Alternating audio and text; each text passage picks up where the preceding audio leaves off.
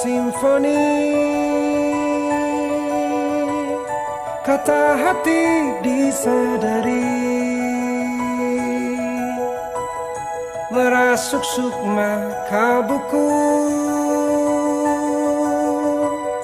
Dalam hati ada satu, manis lembut bisikanmu, merdu lirik suaramu, bagai pelita hidupku, berkilauan bintang malam, semilir angin pun sejuk, seakan hidup mendatang dapat ku tempuh denganmu. Berpadunya dua insan, simfoni dan keindahan, melahirkan kedamaian, melahirkan kedamaian. Syair dan melodi, kau bagai aroma penghapus pilu, gelora di hati, bak mentari kau sejukkan hatiku. Burung-burung pun bernyanyi, bunga pun tersenyum, melihat kau hibur hatiku. Hatiku mekar kembali, terhibur simfoni, pasti hidupku kan bahagia.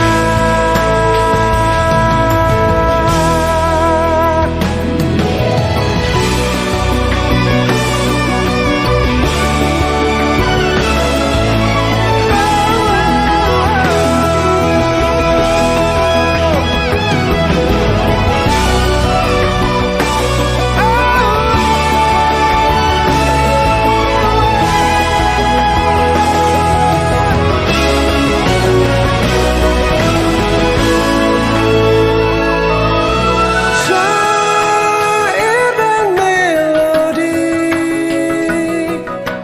kau bagai aroma penghapus pilu, gelora di hati, bak mentari kau sejukkan hatiku.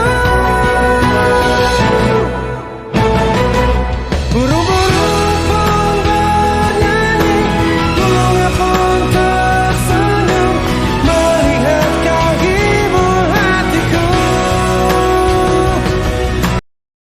Begadang segala macamnya. Jadi kalau misalnya ada kata-kata nanti saya yang kurang pas, mohon maaf karena saya kurang set, jadi agak kurang konsentrasi seperti itu. Nah, terima kasih yang saya hormati dan terima kasih buat kehadiran Bapak kami Kepala Desa. Ya kan, terima kasih buat kehadiran Bapak Komite dan Bapak-bapak dari perangkat desa yang lainnya. Terima kasih buat kehadirannya. Terima kasih buat kehadiran Bapak Ibu guru, ya kan. Terima kasih buat kehadiran orang tua kami. Nanti di akhir pembicaraan kita ada yang namanya BSM, bantuan siswa seperti itu. Nah, Bapak Ibu bisa melihat di apa kita di kertas ini, ya kan, sama-sama kita melihat meningkatkan minat baca anak seperti itu, Bapak Ibu, ya kan? Nah, adapun tujuan dari pertemuan kita ini, Bapak Ibu, di mana sekolah secara kolaboratif, artinya secara kerjasama bersama warga sekolah lainnya untuk membicarakan bagaimana aset sekolah, ya kan? Bagaimana aset sekolah, bagaimana sumber daya yang ada, serta minat baca. Siapa yang dilibatkan? Kepala sekolah tentunya, guru, orang tua, komite, kepala desa dan perangkatnya. Kenapa kami undang Bapak Ibu Bapak Kepala Desa dan perangkatnya agar kita menjalin kerjasama, ya kan, seperti itu. Kemarin saya sudah mencoba menembus perpustakaan keliling. Cuma mungkin kekuatan dari sekolah hanya sedikit. Jadi saya mau kolaborasi dengan kepala desa bagaimana kita membuat bersurat kepada perpustakaan keliling atau pemerintah Kabupaten Karo agar perusahaan keliling datang ke sekolah kita seperti ini. Kita tahu bahwa buku-buku bacaan di sekolah ini agak sedikit minim, sehingga kita perlu untuk bagaimana rasanya untuk meningkatkan minat dan belajar anak seperti itu ya Bapak Ibu.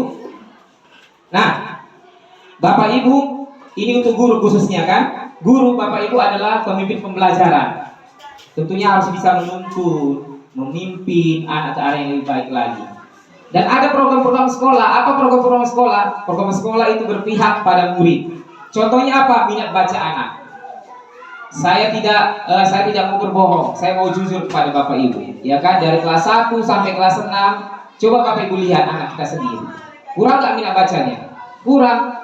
Guru memberikan PR, pekerjaan rumah seperti itu, sampai di rumah tidak selesai. Jangankan buku paket yang ada, buku yang apapun tidak dibacanya. Untuk itulah Bapak Ibu kita hadir di sini seperti itu ya, agar program minat baca dapat terjalan dengan baik. Nah, dukungan yang saya butuhkan adalah kepala desa dan perangkatnya Pak. Ya kan, rekan sejawat guru-guru, dan tentunya tidak terlepas dari peran orang tua Bapak Ibu ya, peran orang tua yang mewakili 8 orang. Ini Bapak Ibu. Nah, baik Bapak Ibu, ini rangkaian kegiatan kita. Bapak Ibu bisa melihat di sini bahwa kepala sekolah melakukan diskusi bersama kepala desa, guru dan orang tua untuk mengidentifikasikan aset yang kita miliki. Artinya gini Bapak Ibu, siapapun tahun depan atau tahun-tahun berikutnya yang memimpin sekolah ini, kita sudah tahu aset yang dimiliki. Sehingga apa? Tidak ada yang namanya koruptor, pencurian dan kehilangan aset yang ada. Jadi misalnya desa dan orang tua dan peserta guru sudah tahu apa aset yang kita miliki. Sehingga nanti seandainya pun saya berganti atau ada nanti pemimpin yang baru, tidak lagi kecolongan kita seperti itu. Biasanya kita kecolongan, ganti pemimpin yang baru kecolongan. Ya kan, nggak tahu, hilang segala macamnya. Untuk itulah salah satu tujuan dari pertemuan kita ini. Yang kedua Bapak Ibu, kepala sekolah berkolaborasi, artinya bekerja sama dengan guru dengan hal yang sama. Yang ketiga, kepala sekolah juga beserta guru berdiskusi dengan murid tentang aset yang ada di sekolah. Ya kan? Yang keempat adalah berdiskusi dengan orang tua untuk bagaimana meningkatkan minat baca si anak seperti itu. Nah, kita akan melakukan pemetaan aset. Ya kan, Bapak Ibu bisa lihat halaman kedua dari pokok bahasan kita. Pemetaan aset sekolah.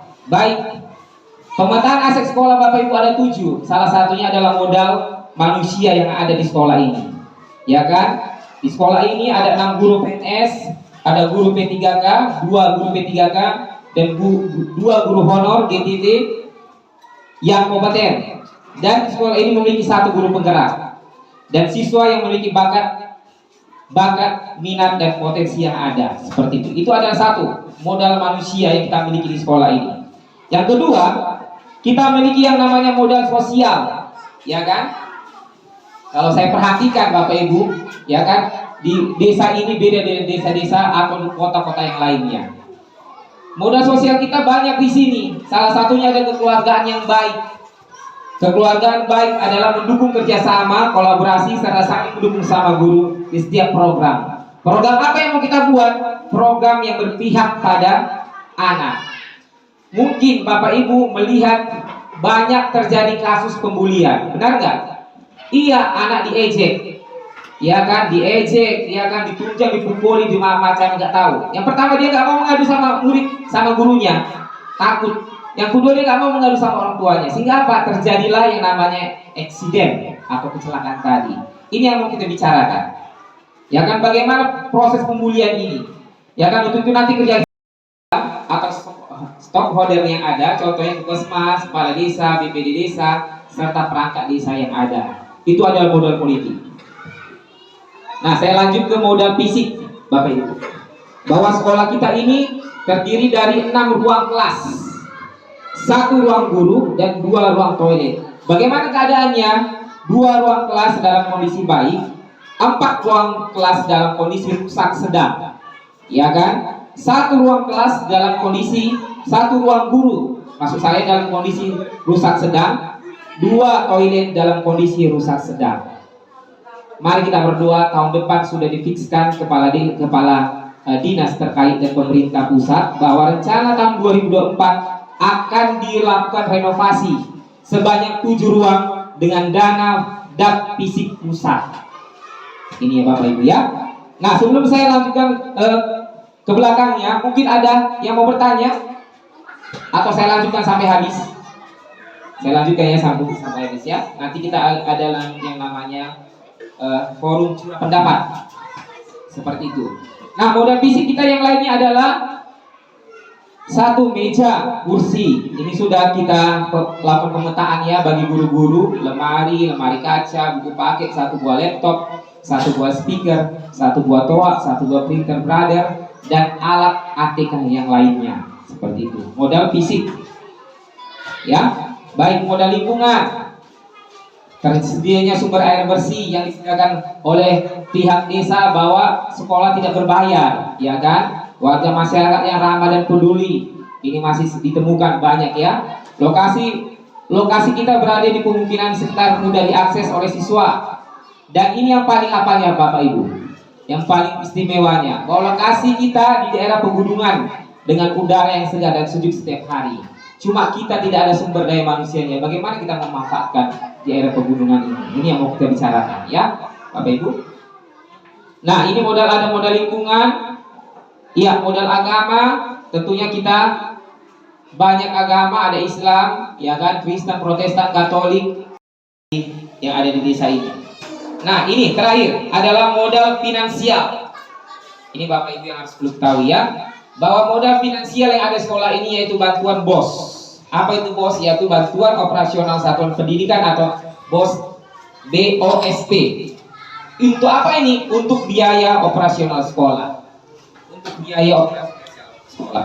Yang kedua ada dana PIP pusat. Bisa lagi dapat BSN.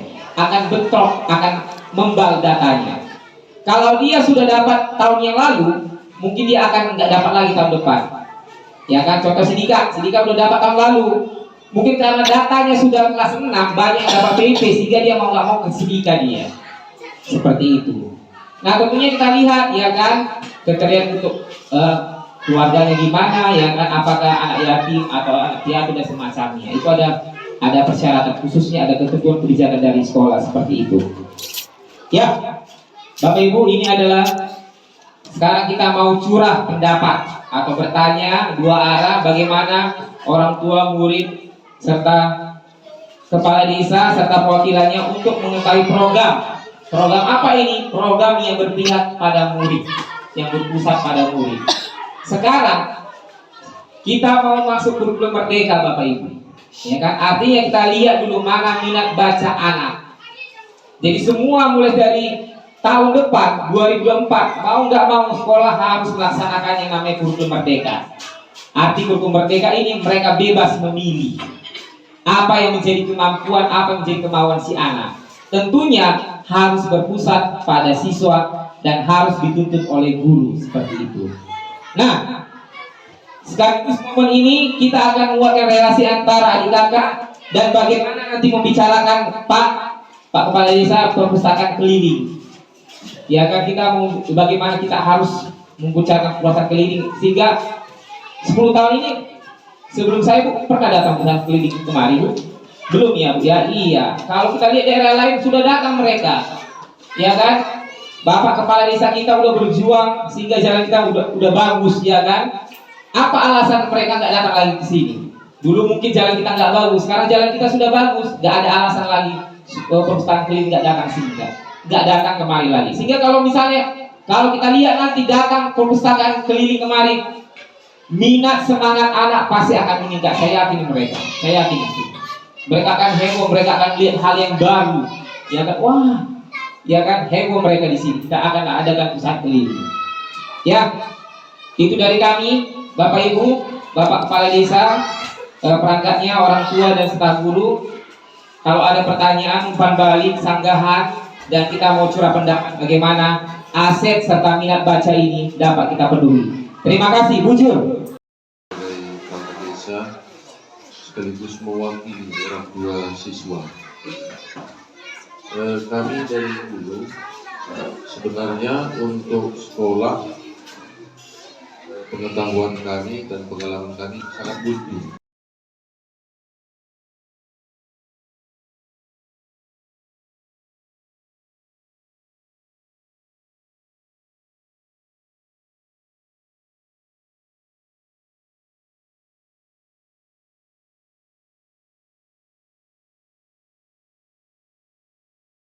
Begadang segala macamnya. Jadi kalau misalnya ada kata-kata nanti saya yang kurang pas, mohon maaf karena saya kurang set. Jadi agak kurang konsentrasi seperti itu. Nah, terima kasih yang saya hormati dan terima kasih buat kehadiran Bapak kami, Kepala Desa. Ya kan, terima kasih buat kehadiran Bapak Komite dan Bapak-Bapak dari perangkat desa yang lainnya. Terima kasih buat kehadirannya. Terima kasih buat kehadiran Bapak Ibu Guru, ya kan. Terima kasih buat kehadiran orang tua kami. Nanti di akhir pembicaraan kita ada yang namanya BSM, bantuan siswa seperti itu. Nah, Bapak Ibu bisa melihat di apa kita di kertas ini, ya kan, sama-sama kita melihat. Belum makan ya, Berjua-jua. Shalom, selamat pagi buat kita semua. Sebenarnya Bapak Ibu diundang kemari ada yang mau kita bicarakan sedikit, ya kan, tentang bagaimana kolaborasi atau kerjasama antara sekolah, orang tua dan pihak pemerintah setempat. Dan ada nanti setelah akhir nanti kita mau curah pendapat bagaimana meningkatkan minat baca anak seperti itu. Nah, kenapa kami undang pihak desa, kepala desa dan perangkatnya agar kita menjalin kerjasama, Pak, ya kan? Artinya gini, saya melihat di sekolah kita banyak anak yang kurang membaca, tidak tahu huruf seperti itu. Mungkin sampai kelas 6 dia nggak tahu huruf. Nah, kita mau curah pendapat, apa solusinya? Kemarin saya dengar ada perpustakaan keliling milik Pemkab Kabupaten Karo. Nah, untuk itulah Bapak Ibu dari kepala desa dan perangkatnya kami undang. Ya kan, bagaimana kita mengundang perpustakaan keliling ini bisa hadir di kota kita ini seperti itu. Dan nanti ada sedikit pembahasan lainnya bagaimana kelanjutan proposal kita di proyek PTW seperti itu. Sebenarnya Bapak Ibu, saya sudah persiapkan Infokus, ya kan? Sudah saya siapkan materinya agar supaya kita tahu bagaimana kita mau melakukan pemetaan aset seperti itu. Nah, karena saya bawa beberapa info, mungkin saya baca ya kan dari Facebook Bapak Kepala Desa bahwa mati lampu sampai jam 4. Jadi saya ulikan semua Infokus yang ada sehingga saya print. Saya sudah bersiap diri supaya agak apa? Supaya pembahasan ini berjalan dengan lancar. Ada lagi Pak Gir? Tolong Pak.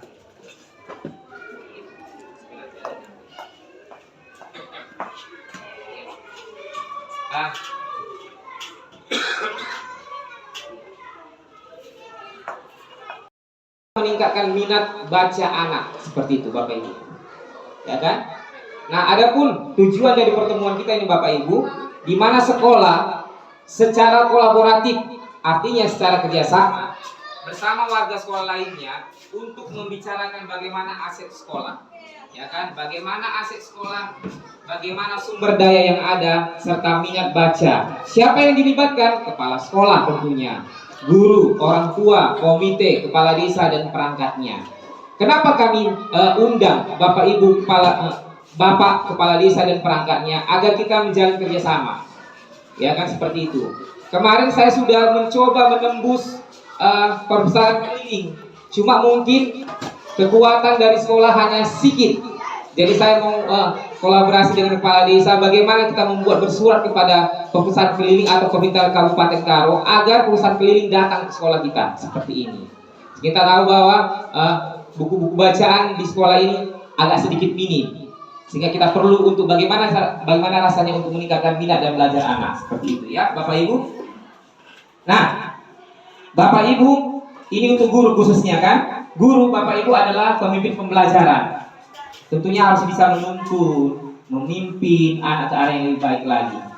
Dan ada program-program sekolah. Apa program-program sekolah? Program sekolah itu berpihak pada murid. Contohnya apa? Minat baca anak. Saya tidak mau berbohong, saya mau jujur kepada Bapak Ibu, ya kan, dari kelas 1 sampai kelas 6, coba Bapak Ibu lihat anak kita sendiri. Kurang nggak minat bacanya? Kurang. Guru memberikan PR, pekerjaan rumah seperti itu, sampai di rumah tidak selesai. Jangankan buku paket yang ada, buku yang apapun tidak dibacanya.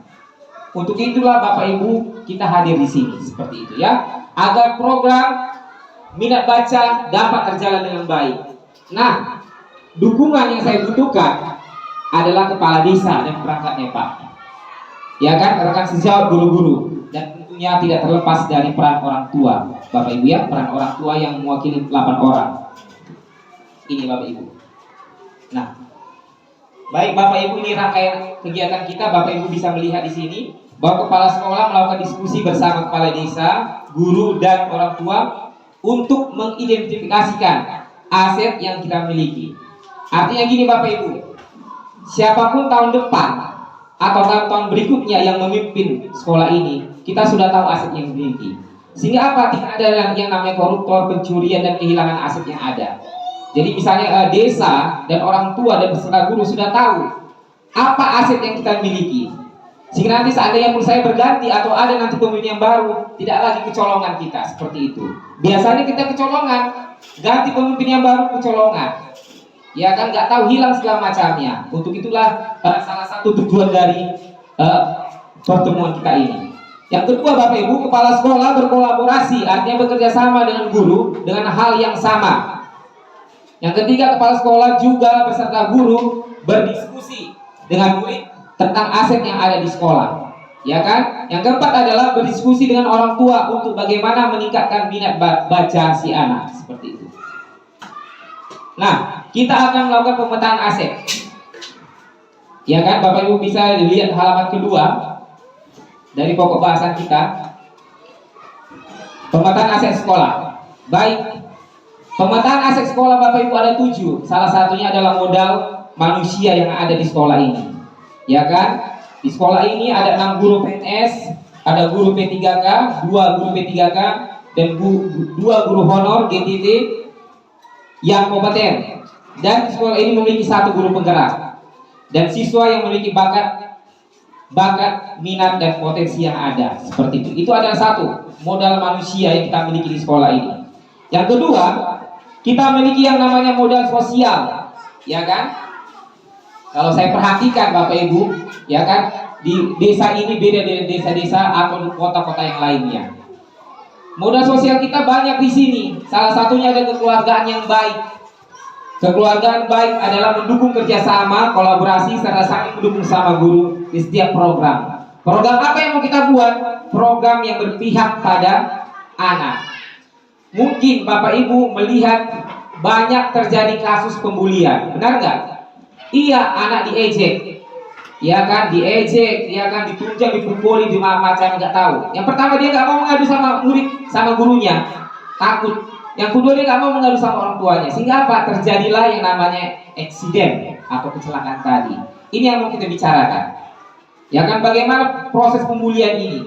Ya kan, untuk itu nanti kerja